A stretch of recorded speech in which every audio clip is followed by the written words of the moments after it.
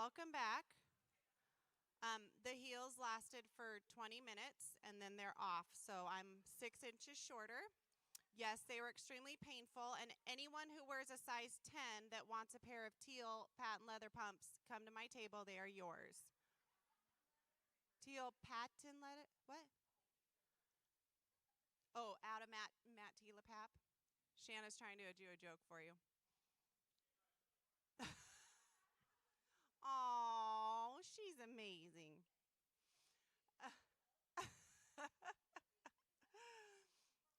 Some of us have known our speaker for a while. We're kind of comfortable.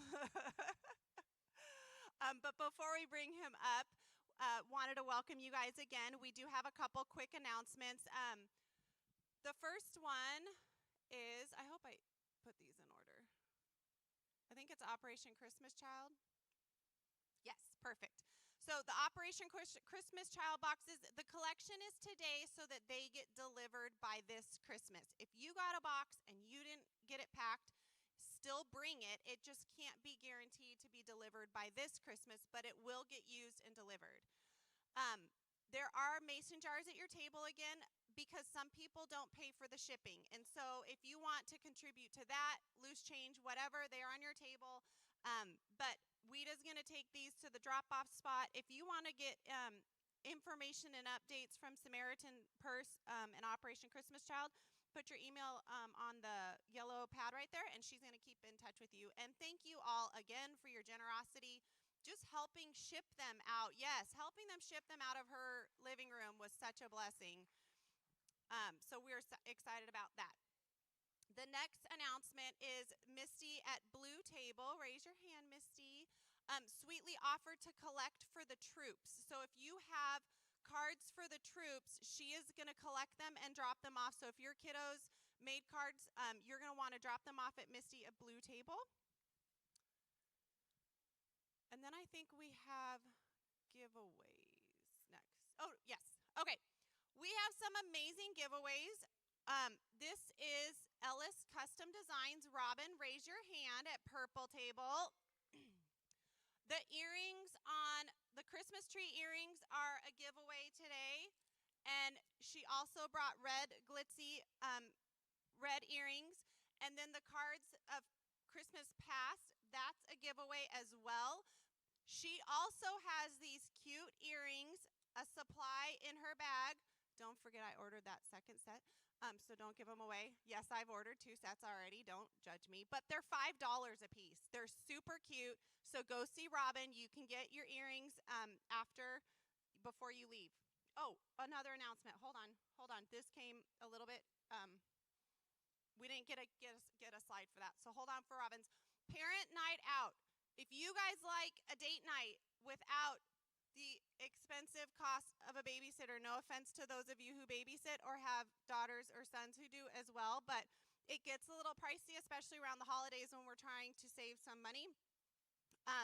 December 9th from 6 p.m. to 9 p.m.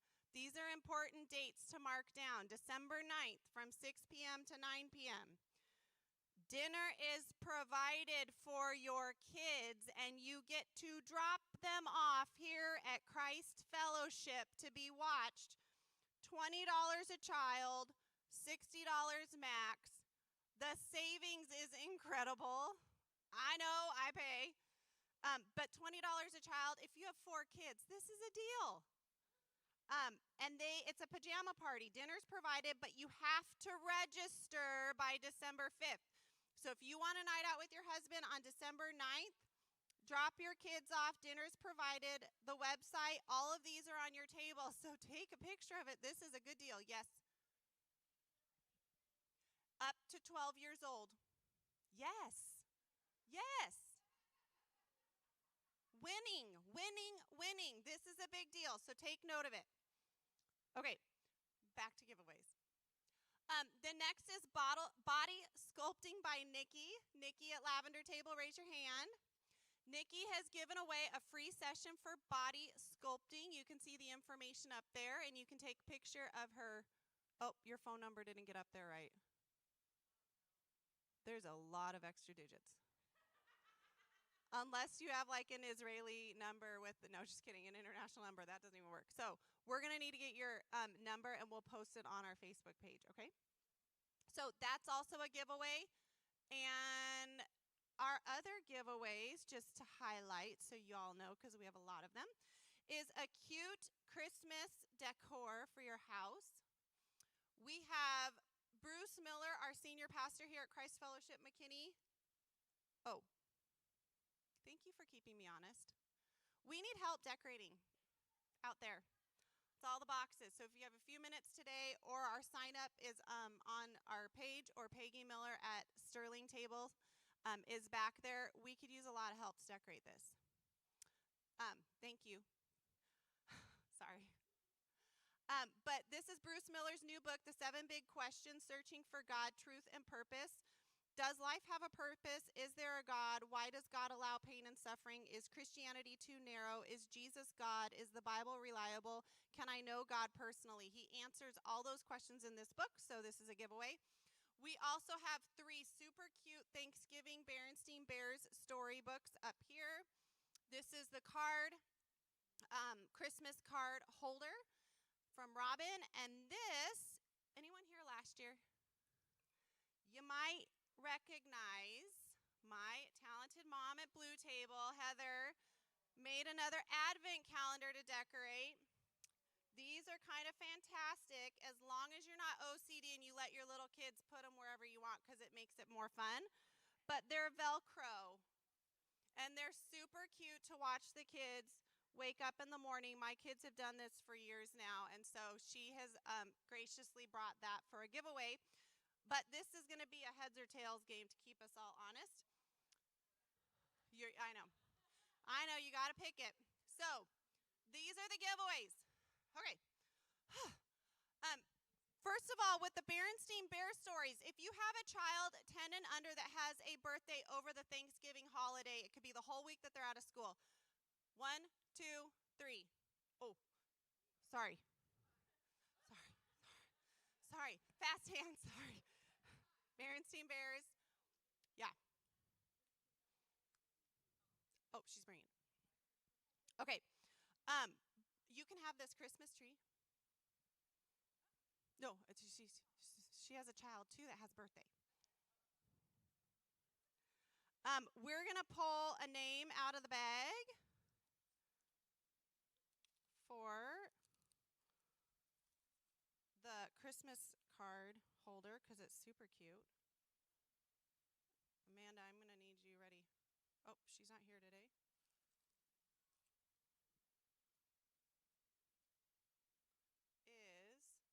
Is Stephanie at Maroon Table? Sorry, Stephanie, you're going back in the bag for next time. Jordan Sanders at Peach? Jordan Sanders, come on down. Whoops. You get the Christmas card holder. Here's the bag that goes with it. And then Bruce's 7 big questions.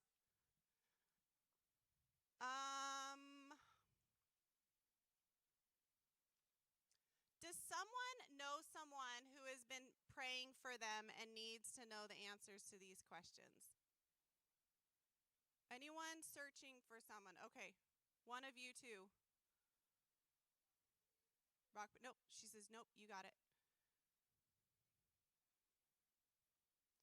Will you give this to them? Pray for them? Thank you. And the earrings. Does anyone have a birthday on Christmas? On Christmas Day or Christmas Eve? Okay. Anyone have a birthday today? Today. Happy birthday? No? Winning. You, Beverly? Huh?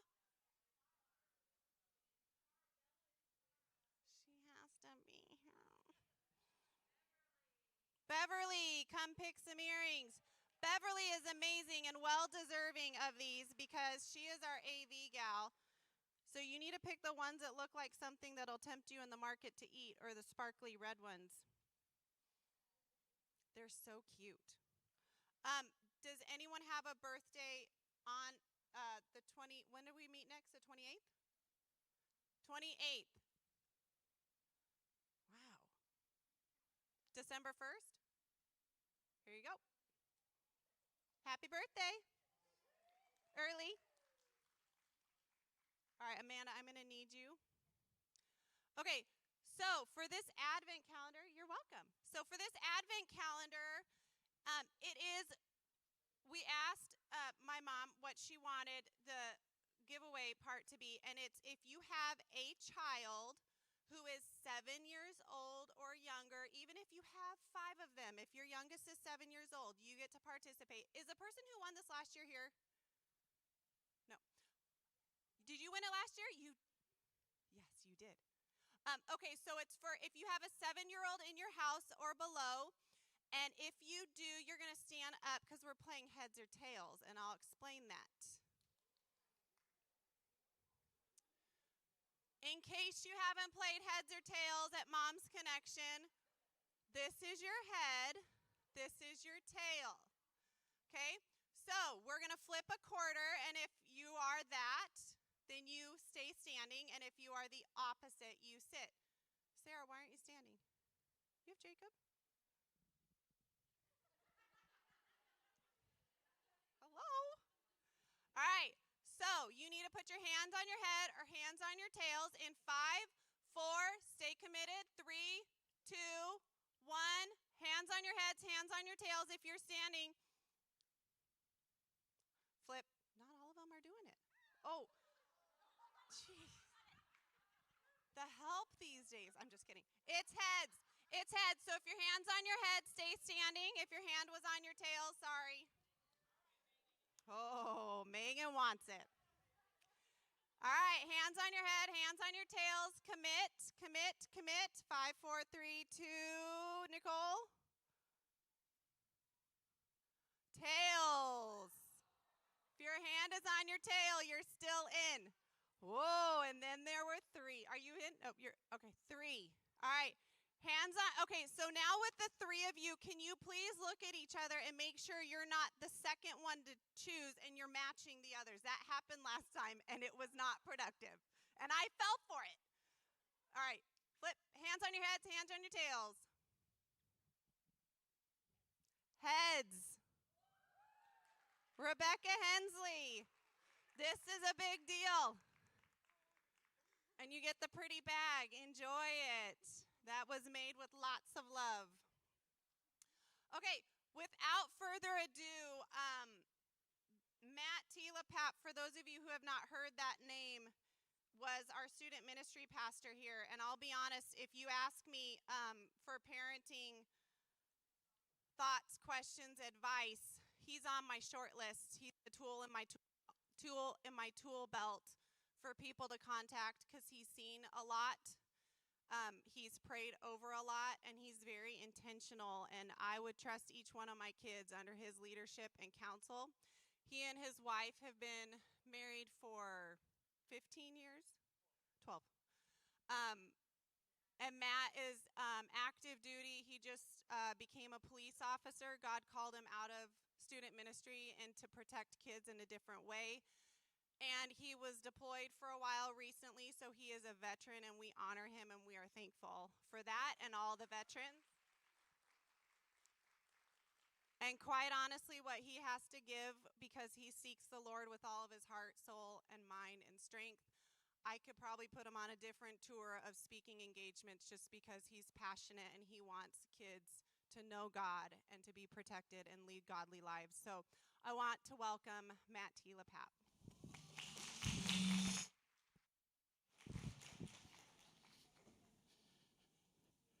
First off, just to confirm, you did call me a tool, right?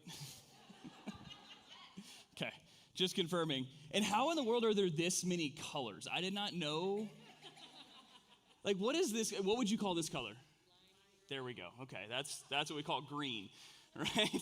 When I heard sterling, I was like, I don't even know. That's a name. I don't even know what that is. Like I said, so my name's, I see a lot of new faces in the room from the last time I was here. I also want to thank Tara for letting me come back and not making me talk about pornography this time. I appreciate that. I did that a couple different times, and you want to talk about awkward, being the only male in a room and that being your task, it's all kinds of fun. But I was here at Christ Fellowship for 10 years as one of the student pastors, and then I led the ministry for 5 years, had an amazing time. And then God decided to take me to Egypt for a year in 2020. So the catastrophe that was 2020, I got to watch that from a sandbox in the Middle East, and then came back and he called me into law enforcement. And so I work in Frisco now as a police officer in Frisco. I've been doing that for a little over a year and absolutely love it. It's an amazing job for me. It fits me well. I did work last night and got off at 5 o'clock this morning, so I may not be fully awake, but I am fully caffeinated, so this is going to be fun. Just do me a favor, keep your arms and legs inside the right at all times. Make sure your seatbelt's securely fastened, and let's have some fun. So we're going to talk about boldly parenting and the theme being be bold. And I'm going to have a disclaimer of, number one, there is not a right answer when it comes to parenting. There is not a way or one thing. So I'm not going to come and say, here's the bullet points if you have to do these things to be a good parent. Because we all are going to see things differently as parents. God's going to call us all differently. We're all made uniquely, and our children are made uniquely. What works for me and my children is probably not going to work for the next family, and the next family after that, and the next family after that. So what we're going to do is talk about concepts that are universal. And then within that umbrella, each one of us can see what has God called us to as individual parents of our individual children within that umbrella of concepts. And so kind of bear with me as we go through those and kind of break them down. And the number one concept that's going to we're going to start the foundation and build from there is we parent for an audience of one. Okay, we parent for an audience of one. And what that means is if a bunch of dudes went to Coach Purses and they were like, hey, we've got great ideas for the design of what these need to look like, because we can put if we put a bunch of wood around it and we make it really, really tough, it would look cool. We can put some nails in it. We could throw it. It'd be awesome. The management's going to look at them and hey, that's cool. We like your ideas, but you're not our audience. Coach Purses is not marketing to dudes. The only time they do is the Christmas season when they're trying to get them to buy something for their wives, right? Guys are not the audience of the Coach Purse. In the same way, we are going to have a ton of different people that are going to want to talk to us and give their input about our parenting. They're going to want to judge us. They're going to want to say, this is what you need to do. This is how you should do it and everything else. The reality is they are not our audience. So it doesn't mean that's irrelevant. It doesn't mean we need to have an ego and be like, you're not my audience. I don't have to listen to what you have to say. But we can say, hey, thank you for your input. I appreciate your look on it, but you're not my audience. My audience as a parent is God Almighty, God the Father, and Jesus Christ, his Son. That is my audience as a parent. I have 2 children that you saw in the picture. I have an 8-year-old daughter that is my fireball. She's a redhead and just completely fits the stereotype of that in every single way imaginable. For those of you who know my daughter will agree. And then I have a 6-year-old son. Yeah, that's my family. That's Cora and Caleb. And my audience as a parent is God. That is who I parent for. In Scripture, it talks about in Matthew 6:33, it says, seek first the kingdom of God and his righteousness. Talking about in our lives, we should be seeking his kingdom first. And as parents, we should do the same. We should be seeking his kingdom and his righteousness for our children. And we've got to start blocking out the outside noise. Because there's going to be ads, there's going to be blogs, there's going to be reels, there's going to be siblings, parents, friends, school teachers, administrators. Everyone is going to have an opinion and thought about how you should parent. And that does not mean that those opinions and thoughts aren't important or aren't really, really good sometimes. But ultimately, we make our decisions about how we parent our child based on the audience of one. A good example in our lives is we homeschool our children. So we have Cora's in 3rd grade, Caleb is in 1st grade, and we homeschool our kids. When neither one of my wives was homeschooled growing up, the only couple of homeschoolers that I knew were kind of the test case of how you don't want to do homeschool, right? I think everyone knows what I'm talking about. And so for us, we had no inclination whatsoever when we became parents that we were going to homeschool. And if you had asked me, absolutely not, that's a terrible idea, I would never do it. But then as we grew as parents, God called Courtney specifically. She was the one who didn't come up with the idea, who really came to me and said, this is what we need to do for our kids. Okay, let's do it. Both of our families while they are now supportive, initially had some very strong thoughts about that idea and whether or not it was a good idea. It was like the not good idea, by the way. And so we had some awkward conversations where we have our parents talking to us about what we're doing with our kids, and we feel like we're having to defend a decision we've made. And that was one of those situations where we had to look and say, hey, I really appreciate everything you've done for us. We still have great relationships with our parents, but you're not my audience. Like, I'm not making this decision for you as my kid, or for my kid. I'm making this decision because God has called us to do something, and so we're going to do it. I'm going to parent for the audience of one. It also comes into play when we look at discipline, right? Anyone ever found themselves in the position where you find yourself disciplining your child because of someone else in the room, right? You're at Thanksgiving, and you know your parents have certain expectations from when you were a kid, and you don't have those same expectations of your kid, but you find yourself parenting your kid the way your parents parented you because you don't want to face the judgment of mom and dad, right? We all have done that, and I'm 100% guilty of that. We find ourselves parenting to the judgments or to the expectations of others rather than to what God has called us to as parents. So it's really hard, and that's when we're talking about being bold. It's really hard, and we have to be bold enough to say, man, what has God called me to as a parent? What are the principles and concepts? How am I going to parent my child? And then I'm going to stick to that no matter what. No matter what comes, come hell or high water, I'm going to stick to that because that's what God has called me to do, and I parent for an audience of one. So like when we talk about, we kind of free-range parent a little bit, like concept at least. We live out on some land. There was one time we had some friends over who, if you take us on this end of the spectrum of like, our kids go explore the woods and they climb things and they jump off things and we're good with that. They were on the other end of the spectrum where they didn't do that. It was a little bit more protective, right? Not right or wrong, just different. Like there's nothing wrong with what they're doing as parents. So they came over to our house and me and the husband were outside grilling, and we have one of those geodomes, right? It's like I knew it as a jungle gym. It's now called a geodome because reasons. And so my daughter, who is very adept at climbing, we have a cedar tree in our backyard that's about 25 feet high, and it has branches about every 3 feet on the way up. She can climb to the top of it. Terrifying the first time you see that. She also can climb the geodome and hang up from her ankles and her knees and swing upside down, right? Terrifying sometimes as a parent. So we are sitting out there, we're at the grill, and she has climbed on top of the geodome and standing. She goes, "Look, Dad!" And he turns and he has the so much anxiety in his eyes. And I was like, "Awesome, baby girl, that's great." And he turns and looks at me. He's like, "What happens if she falls?" Man, that's really gonna hurt. And it was one of those I could be like, "Hey, get down," because I knew he was stressed out the entire time we were outside because of my daughter. Like it was like I was fine. I had my back turned. I'm paying attention to the grill. Like I'm fine because I had watched her climb that thing so many times. And the first time she climbed it, absolutely, I was right underneath her the whole way. She's like, right? But she had shown me and she had proved to me what she was capable of.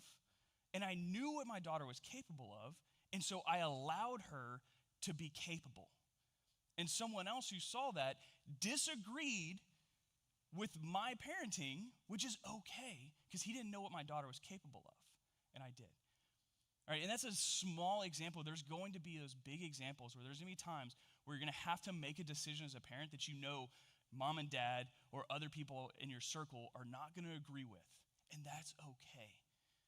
We parent for an audience of one, and we can't be distracted by the outside world that tells us we shouldn't do it this way or shouldn't do it that way because they're not our audience. Sorry, I got to recaffeinate. The next concept, and this is like one of my favorite illustrations that I do, is you are your parents' lifeguard, not their life vest. Okay? We're all say this together. I am my parents' lifeguard. I am my parents' lifeguard, not their life vest. All right, so to understand this, we have to break it down. What do these two things do? What does a lifeguard do? They sit on the edge of the pool and they watch very intently. And depending on which pool you're at, the increasing levels of intently, right? If you ever go to Great Wolf Lodge, they literally walk up and down constantly. Just like this. And everyone who's been there knows exactly what I'm talking about. Because they do this. And then when you try to throw your kid and have fun with them, they blow a whistle at you and tell you to stop it. Dang it. But a lifeguard, their job, their intent is to watch closely to ensure someone doesn't drown. That's their job. Their job is not to make sure they don't struggle a little bit or they can't, like, they're not having to kind of figure things out a little bit. Their job is to make sure they don't drown, right? And they're watching this pool and they're making sure they don't drown. The job of a life vest is to make sure you don't go underwater at all. And as parents, the temptation is to be the life vest. Because we as parents, because you're good and you love your child, you don't want to see your child experience pain and hurt and suffering. So we want to wrap them in bubble wrap. We want to put them in a life vest, and we want to make sure they never go underwater at all. Because going underwater is hard. But our job is to be the lifeguard, to ensure that they don't drown. But they will never learn to swim if they are constantly in a life vest for their entire life.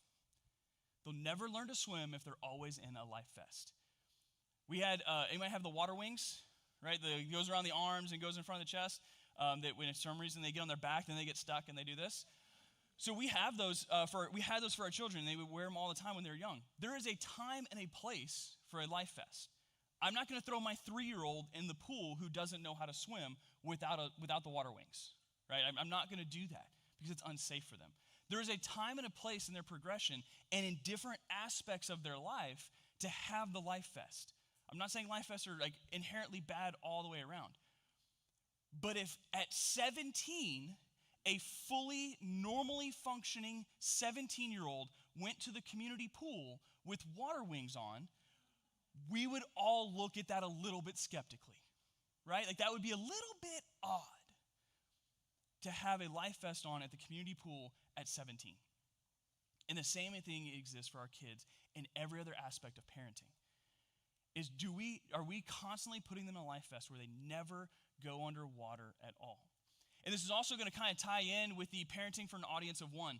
My wife took our kids to the pool one time, and our kids have done swim lessons. They know how to swim. They're little fish. They go to our neighbor's house and they swim, and they're safe. We've watched them do it numerous times. My son, however, is not what you would call the prototypical swimmer that looks really coordinated while he's doing it. He's like the buoy that like bobs under and then bounces up real high and then bobs back under and then bounces up real high. That's my son trying to swim. He's like a frog kind of swimmer where it's like arms and legs just do this sort of thing. It looks weird. I will give you that. But he is a fully capable swimmer. He's not winning any swim meets, but he's a fully capable swimmer. So my wife takes the kids to the pool, and no water wings, no nothing, because they both know how to swim. And one of the lifeguards comes over to my wife and says, hey, do you have like a life vest or floaties or something for him? She's like, no, he knows how to swim. He goes, yeah, he's terrifying the lifeguards because every time he goes under the water, they don't know if he's coming back up. And so if you could put him in some water wings or something, that would make us feel better. I 100% understand why they did this. I don't have any ill feelings towards the lifeguard. But the same is going to be true in our kids' lives. There are going to be times where you are going to give your kid the opportunity to fail.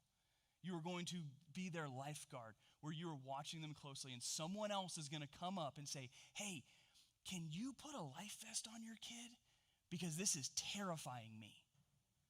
It wasn't scaring my wife. She was fine. Courtney was like, he is good. I am watching him. It's fine. And God love my wife. This is like, she kind of chuckled. She goes, I appreciate your concern, but he knows how to swim just fine. I promise I am watching him and I won't let him drown. He'll be just fine without it. And that was it, and left it be. We are going to be faced with the same thing at a larger scale. We are going to give our kids some rope. We are going to give our kids some leeway because we know their capabilities. We know where they're at and what they can do and what they can't do. And someone else is going to come along and say, this terrifies me. So can you parent your kid differently? And that's where we have to like smile and be very kind and courteous to say, I appreciate your concern. I genuinely appreciate the fact that that lifeguard did not want to see my son drown. Right? He wasn't doing it because he was upset or anything else. He did not want to see my kid drown. I appreciate that. But I parent for an audience of one, and you are not my audience. So I therefore am going to make decisions based off what God has called me to do as a parent and not what terrifies other people. Right? There's going to be times where we make decisions about, we're going to talk about technology in a minute. We're going to make decisions about technology that other parents are going to come up and say, hey, I don't think this is a good idea, or I don't think this is necessary, or come on, it's not that big of a deal. And they might have good intentions. And that's where we can kind of smile and nod and say, I appreciate your input and I appreciate your thoughts. But I parent for an audience of one and you're not it. I'm not saying we say that directly to people's face, by the way. Okay, once again, I'm not saying we should just be a jerk to people and have an ego, right? What I'm saying is that is our mindset, that is the mentality is, I parent for an audience of one, and you're not it. The gauge that we can use at the end of the day, when we go home and the kids are in bed, we breathe that sigh of relief of like they're actually asleep, not in bed, like asleep, right? Because we know there's a difference between those two. They're asleep, and we like finally exhale, and we have that moment of just like peace and tranquility and that time to be with our spouse and time to be with the Lord. And what we can do at the end of the day is ask the question, did I honor God as a parent today? Like that's the gauge. That is the benchmark. That is the thing that we can do to gauge, was today a success for me? Did I honor God with my parenting today? And the beauty of that is the simplicity. Like we could go through, I know every single one of you has a to-do list and a checklist that is far longer than every piece of paper in this room. I got it. There are so many things we have to do. So many things that have to be cleaned. So many pans that have to be scrubbed again. So many clothes that have to be washed. So many things that we are looking at ourselves and thinking we are failures because the laundry pile is taller than our oldest child. There's so many things that are on this checklist that we could try and evaluate our day, our week, our month, our year, and say, man, I failed as a parent. Reality is the one benchmark we have, did I honor God today as a parent? And if the answer is yes, then well done. Great job, Mom. And if we will look through that filter and that lens, it will simplify our parenting decisions. Because I don't know about you guys, but there are so many times when something happens that I look at it and go, I have absolutely no idea what to do here. And like, or my wife will call me and she's like, hey, so this just happened. And I'm like, it's usually, as one would have it, I'm usually not home, right? Because if we had two parents at home, it'd be way too easy.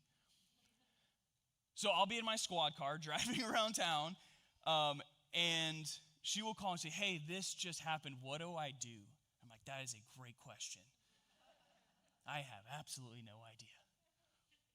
And even as someone, I worked for 10 years with parents of teenagers, and I've been on stages like this, and I've talked to parents, and I've done, like, there are so many times where I'm like, I have no clue.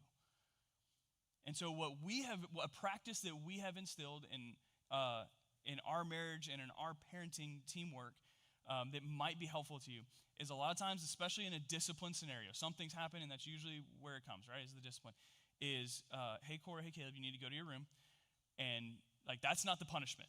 You just need to be in your room to create some distance right now. Mom and Dad are going to go pray about this and figure out how we're going to handle this.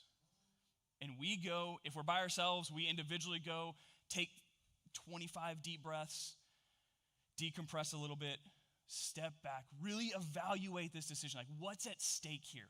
What is happening here? What is the principle and concepts that are at work here? Get out of the emotion, seek God, and then go, all right, how do I honor God with this scenario? How do I honor God in this moment right now as a parent? And if I can walk through that situation, and at the other side of it, I can ask the question, did I honor God as a parent in this situation? If the answer is yes, then fantastic. Was it the best discipline decision? I don't know. We'll find out in like 12 years. I don't know. But did I honor God with my heart, with my mind, and with my soul to parent my child the absolute best I could? If the answer is yes, then well done.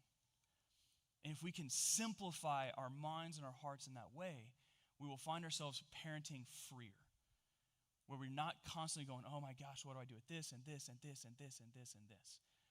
Did I honor God with my parenting today? With the whole lifeguard and life vest, we have to give our kids an opportunity to fail in a safe environment. We have to give our kids an opportunity to fail in a safe environment. And what I mean by that is I'm going to use some like easier examples. Things like school. How many times, who has like elementary, middle, probably more like middle school, high school students? Okay, middle school, high school. How many times have you gotten the, oh my gosh, Mom, I forgot my homework or my project and it's due and I need you to bring it up to the school right now? Yeah. What would happen if we said no? Right? So they get a 0 on a homework assignment. They get a 70 when they turned it in late on a big project. We have to give our kids the opportunity to fail in a safe environment, because the reality is that going to wreck their entire career path because I did not drop off the SALT map at school before it was due because they forgot it. Thank you. High five. There we go. But if we give them the lifeline, if we go on my way and we drop everything, we cancel our plans, we cancel the appointment, we run home, grab the SALT map and go to take it to school, the next time they forget something, what are they going to do? They're going to call Mom. Guess what they can't do at 22? Right?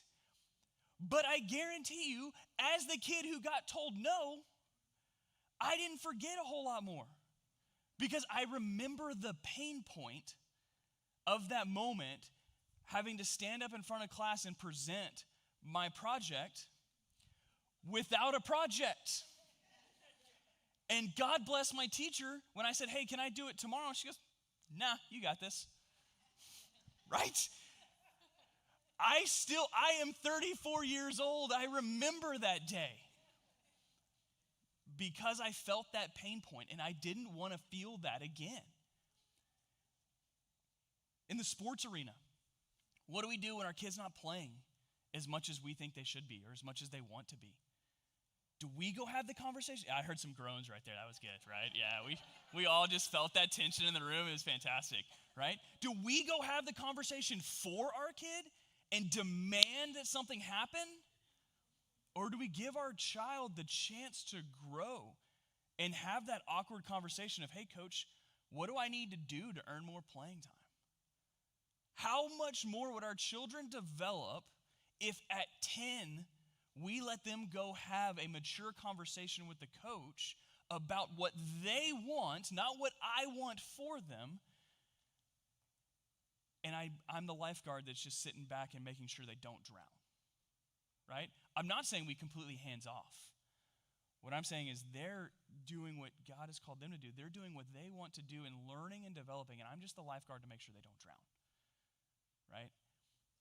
And so there are moments that the lifeguard has to jump in the pool, right? If someone is drowning, the lifeguard jumps in the pool. The lifeguard is not just going to observe like, man, they've been under the water for a while.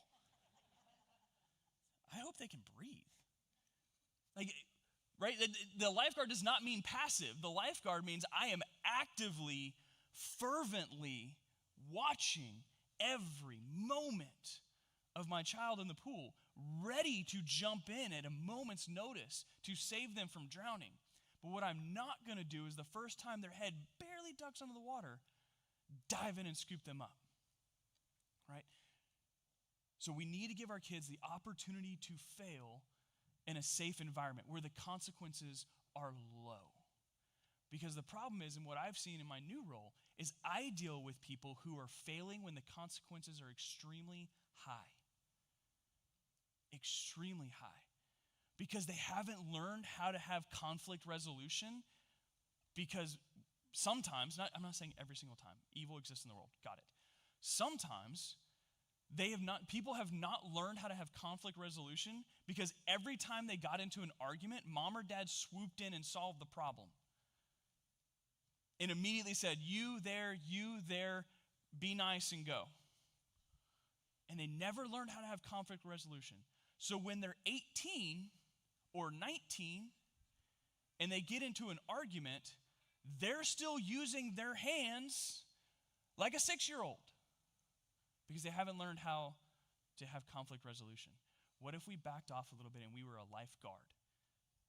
I will tell you and confess to you that's extremely hard because I have 2 children that have very loud voices and they love to argue and they love more than anything else in the world to find the one thing that's going to tick off their sibling at that moment in time and then push that red button over and over and over again. And the temptation as parents is to immediately jump in and solve the problem. You go there, you go there. What's harder is to sit back, go, let's see how this one plays out. And then when they run in and go, Dad, Caleb hit me. Bet he did. Why'd he do that? Then we start working through it. Now, do I have a conversation with my son as well about the fact that we never use violence to solve a problem? Absolutely. Absolutely. 100%. Like, don't hear me wrong that I'm like, yeah, just go punch him. Like, no, like, that's not the answer. I get it. But my point is I don't immediately jump in. Like, when I see my child rearing back and getting ready to hit, I don't always jump in and stop them because they need to feel that pain point. Sometimes I'm the one delivering said pain point, right? They need to feel that in a safe environment when they can fail. Our kids have to be able to fail in a safe environment. Speaking of safe environments, let's talk technology. What I don't want to do this morning is tell you a bunch of stories that are just going to terrify you and make you like bubble wrap your kids. Those stories exist. I've seen them. I got it. I understand. Let's talk concepts. When we talk about technology, let's talk concepts because everyone's going to have a different idea of how to approach it, and they're not wrong. Some people are going to give their kid a phone at 10, some at 8, some at 16. Some people are going to give their kids an iPad at 4, some at 6, some at 15. I'm not saying any of those are wrong, but let's talk concepts of how we protect our kids around technology. And the best way I can articulate this is treat technology as if it were real life. Because guess what? It is. But we have this mental disconnect, and especially young people have this mental disconnect that what happens online is not real life. It's not face-to-face. So there's this disconnect of reality. And we have to be able to bridge that gap. Sarah, what was the time again that I've got? Fantastic. Okay. Who has like a 12-year-old, 13-year-old daughter? 12, 13-year-old daughter. Okay. I'm sorry, what was your name? Denise? What's your daughter's name? Does she have a nickname that I can pronounce? What do you call your daughter? Aranita. Okay, fantastic. Okay, so if Aranita came to you and she said, Mom, I am going to invite this boy over. How old is your daughter? She's 12, 13? She's 13? Okay, I'm going to invite this boy over to our house while you and Dad are asleep. He's probably 13 or 14, I think. He's 13 or 14. We're going to go up to my room. We're going to lock the door and close the door while y'all are asleep. And then while y'all are on date night, he's also going to come over. And we're going to be in my room hanging out. What would you say to Aranita?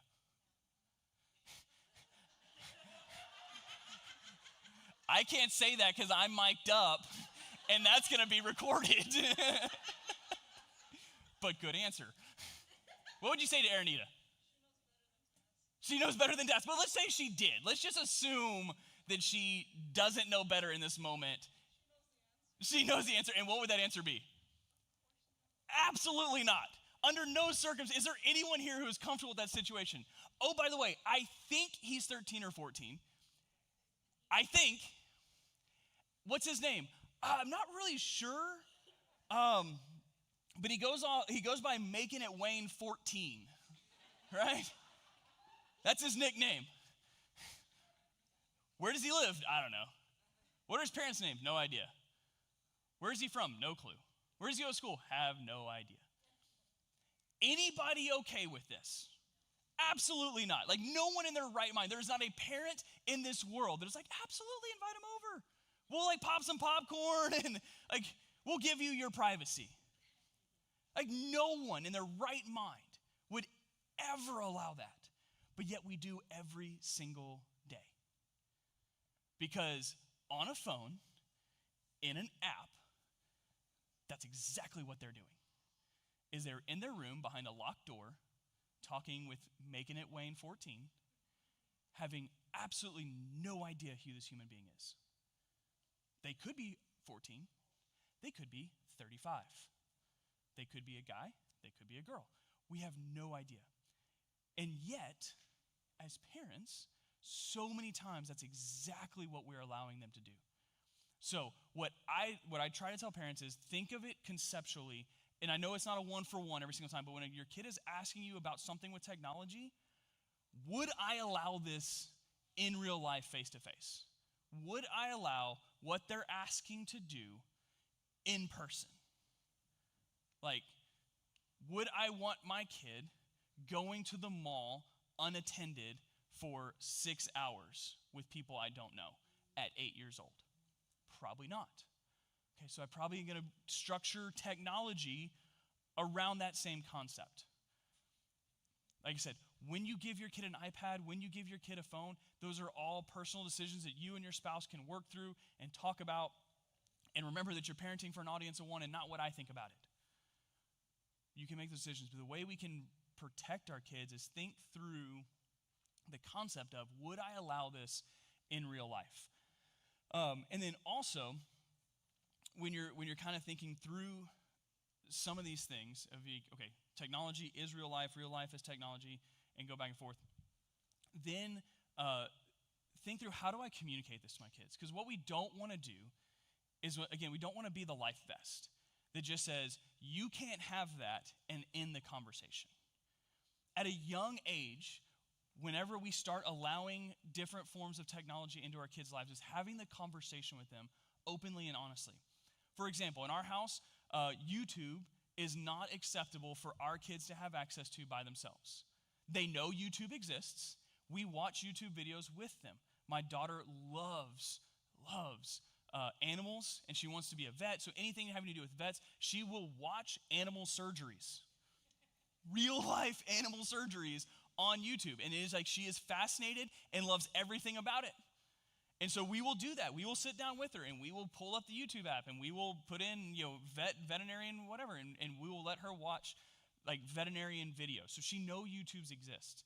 I could tell her, YouTube is not acceptable for you without a parent. Like, a parent has to log in and do it, and leave the conversation at that. And she should obey that just because I said so. She should, right? As honor your mother and father, she should not go to YouTube without my permission. However, what we've done is have the conversation about why. Answer the why question for kids at an age-appropriate level. They know the reason why they can't go to YouTube is because there's material on YouTube that is not appropriate for them at this age. And of course, what's the very next question? Like what? Right? So then you have to start, be ready for that question. You know that's coming. When you say, hey, there is material here that is not appropriate for you, the very next question every single time is going to say, like what? So have an answer ready for that. And be able to say, hey, there's conversations, or there's words being used, or there's things that, like, in relationships that you're not ready for, that are being talked about and being shown, that we want to have that conversation with you when you get older. And we want to have that conversation with you first. They don't always like that answer. I'm not saying it's going to be like, oh, thank you, Mom, this is amazing. Like, never try to push back against it. But at least we're having that open conversation. And what we're teaching them is, when you run into something that you're not sure about, this is a safe place to come have a conversation. And the couple of questions, especially as your kids get older into the 12 plus age, or whatever age range you start giving them access to the internet, monitored hopefully, but access to the internet. One of the questions that I love that was taught to me is have a conversation on a regular rhythm. So it's not this like accusational type conversation, but on a regular rhythm, every couple weeks, once a month. Hey, is there anything online that you've seen that you have questions about? Is there anything that concerned you, scared you, worried you, or anything else that you felt was inappropriate that you ran into online that you want to have a conversation about? If we make that a regular conversation, they're not scared of it. If we hear about, Betty Sue down the street says, my kid saw ... on the internet, and it was at school, so your kid might have the same thing, and then we come and go, did you see what it was on the internet? Like, oh my gosh, no. I promised, Mom, I would never do that, right? But if we have a regular conversation with them about, hey, is there anything you saw that concerned you, scared you, worried you, or you thought was inappropriate online? We open that line of communication up where you'll be amazed that kids will talk about it, and they will tell you about it because they want a safe place to ask these questions. And we need to be that safe place for them. One of my absolute favorite stories of student ministries when I was a student pastor is in how kids will hear things and they'll see things online or they'll see words and they have no idea what they mean. But they hear other people talking about them and they don't want to be embarrassed by saying, hey, what is that? I don't know what that is. Because everyone else seems like they know what it is and I don't want to be the weirdo that doesn't know what it is.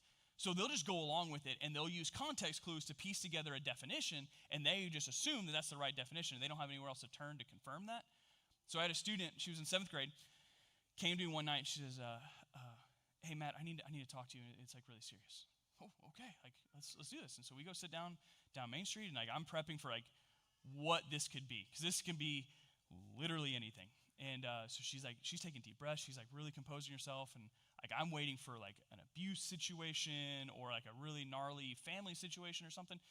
She goes, I think I'm bisexual. Okay, let's talk about this. What does that mean to you? She goes, well, I like 2 different boys. Bi means 2. So I like 2 different boys, so I'm bisexual. Okay. Glad I asked that question. Because otherwise we were going to have a very different conversation. And so I also want to equip you with that question, by the way, is when your kid comes up and they are learning things either at school or online or on TV or different things, and they come to you and they say a word, don't automatically fly off the handle because you know what the definition of that word is. Because you could be having a very different conversation than what needs to be had because they have no idea what they just said. Similar to like if your kid hears a cuss word for the first time and they don't know it's a cuss word. Anyone ever had that one? Because family dinner, that one's real fun. Grandma did not find it humorous like I did. They did not hear the cuss word from me that time. But yeah, and so they throw that out and then you're like, wait, what did you just say? And they say it again and they have no issue with it because they don't realize it's a bad word. It's like, oh, we don't say that. And this is why. So, so when it comes to technology, we want to think through those lenses. One, would I allow this in real life?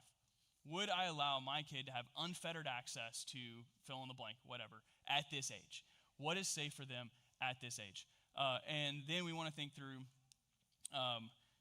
having those conversations with them. And the last thing is privacy breeds impropriety. Privacy breeds impropriety.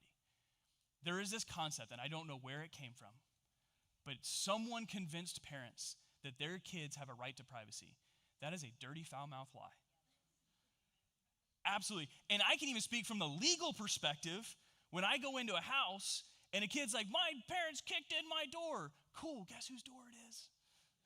They kicked in their own door. That's legal, right? Your kids constitutionally do not have a right to privacy from you. They do not.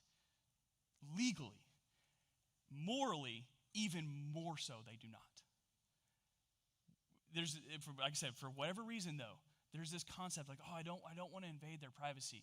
If your kid has a piece of technology that they can access any part of the internet on, you need to have the passcode, password, and any other way to unlock that device, period.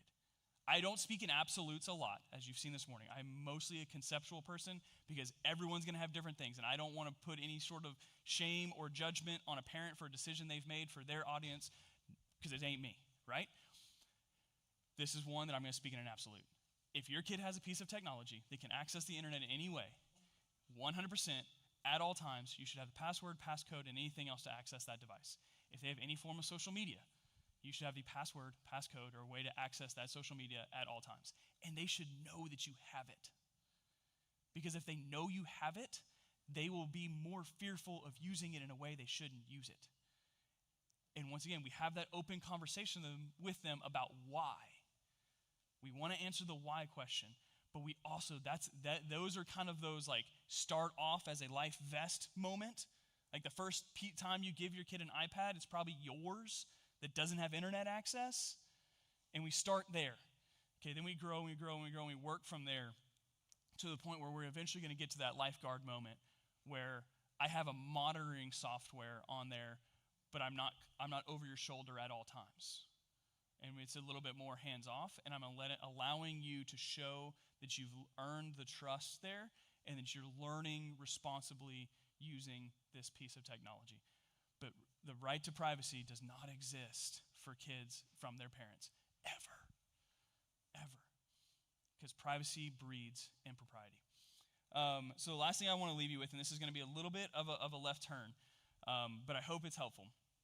And I'm going to try to get through this without getting super emotional, but it may happen, and if so be it, I'm okay with my own manhood. So there's I don't even know what the right word is. There's an exercise. That's what I'm trying to say. An exercise that I think it was super helpful for me, and it may be helpful for you. And so I'm just going to kind of leave you with this as we start. If we think about being bold in parenting and like going through the concepts of I parent for an audience of one, no one else. Did I honor God today with my parenting? Yes, fantastic. Let's all high five. And then we have the concepts of I'm my child's lifeguard, not their life vest, right? Then when I deployed and I was going overseas, and it was a fairly safe mission. There was we weren't in like direct combat or anything like that. We had a few instances where, anyways, but it was a generally safe mission. Like we didn't go over there expecting to like, man, this is gonna be super dangerous or anything like that. But there's a reality in any day, every single day when we leave our house, something can happen. We're not promised tomorrow, right? I can be driving home from here and get into a car wreck and die that day. And so for me, that reality became pretty sobering when I realized I'm leaving my family for a year, and I lost this ability to say, I told them I loved them that morning before I left. Or I had a conversation with them the day before. Because I'm going to be gone for a year. And if something happens to me, there's going to be kind of this disconnect and this distance there. So what I did is before I left, which a lot of soldiers do, is I wrote letters to my children, to my wife, my family, people I cared about. And I wrote letters out as my words to them if I don't come home. And it was like unbelievably sobering. It took me weeks to get through the 2 letters to my kids because I would start it and I would get about a paragraph and a half in, and then I would like, nope, I can't do this, and I would like stop, and I would have to go like compose myself, and then I would come back and I would start again, and I would get about a paragraph and a half in, and then I'd have to stop, and I had to kind of do that in pieces. But what that did for me, and maybe it would do the same for you, is it put incredibly hyper focus on what was valuable and important to me as a parent. Because if it was valuable and important enough to me to put it into a letter to my children as the final words that they're ever going to read from me, that's probably valuable and important enough to me on a daily basis to wake up and go after that and not be focused on everything else.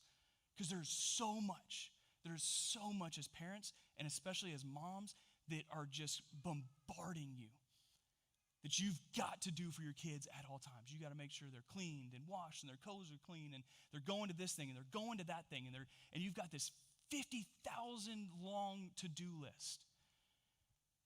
But at the end of the day, what is most important to me? And when I stand before God someday and I take an account of me as a parent, He's not going to ask me if they were on time to baseball practice. He's not. He's not going to hold me accountable to whether or not my child was properly dressed and looking presentable when they walked into church on Sunday morning. What he's going to hold me accountable to is, did I raise my children in the training and instruction of the Lord? Did I do everything within my power for them to come to know Jesus as their personal Lord and Savior every opportunity I had? That's what I'm held accountable to as a parent. That's what you're held accountable to as a parent. Not all the little day-to-day stuff. And when I sat down in that journal and I wrote that out, I didn't say anything about go be the best baseball player you can be. I didn't say a word about where I hope they go to college. I didn't say a single word about the career they chose. So why would I pay a ton of attention to that? Are those important things? Sure. Like, are those things that as parents, yes, we want, yes. I'm not saying they have no value. I'm just saying on a day-to-day basis, is that what I focus my parenting on? No, it's not. Because I had that sobering moment of reality that this is what's important to me. And it became even more clear because one of my good friends didn't come home. Kyle was a friend of mine. Had three children that were born. Fourth one was born 2 weeks after he died. He was a godly man. And he faced that reality, and I faced that reality. So when I came home, I wasn't the same dad. I wasn't.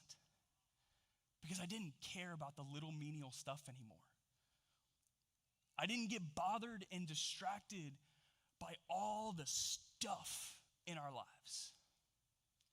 I was super hyper-focused on what was truly valuable to me and what was truly important to me. And if we can do that, if we can parent for the audience of one with incredible focus and incredible attention, then all the other stuff will fade away. It will go away, and we'll stop being concerned about it and worried about it. And then when we stand before God someday, we'll be able to give an account for what really matters. Now, I apologize for taking us way down after all of this, but I hope that it's not just sad, but it brings us to a place of peace. So that when we have simplicity, it can make our lives simple. It can make our lives clear, and it can help us to not be so stressed about the details, right? And I hope that's what it can bring for you this morning. And I hope that you can leave here feeling encouraged to go parent for the audience of one and not worry about what everybody else thinks. People are going to judge you no matter what you do, right? So why bother worrying about it? Because it doesn't matter what you do. Someone's going to disagree with you and someone's going to judge you, right? So why? Because if I do it this way, this person's going to judge me. If I do it this way, this person's going to judge me. So who cares, right? We parent for an audience of one. And we can only be the best mom and the best dad that we can be for our child every single day. And we show up. If you have, I'm going to pray for us, and then I know there's discussion questions. If you've got questions, I'm going to hang around in the back for a little while. And so if you have individual questions, I'm happy to have any individual conversations or maybe specific things that we can talk specifics. If you've got something, I'll be around and be hanging out. I appreciate you guys so much as moms. You are like the backbone of our families and everything else. So thank you so much for everything you do on behalf of all the husbands that aren't present in this room. Thank you for everything you do for us, for our children, and for our church and everything else. So let me pray for us, and then I'll let y'all get in your groups.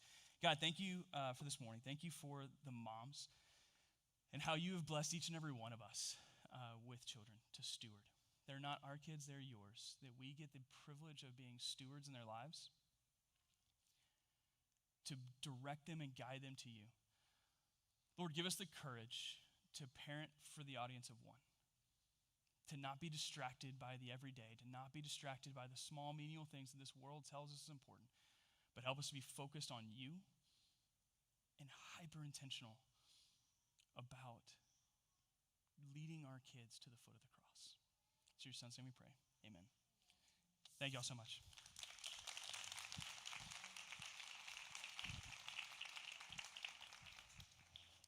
Discussion questions are on your chats, GroupMe, and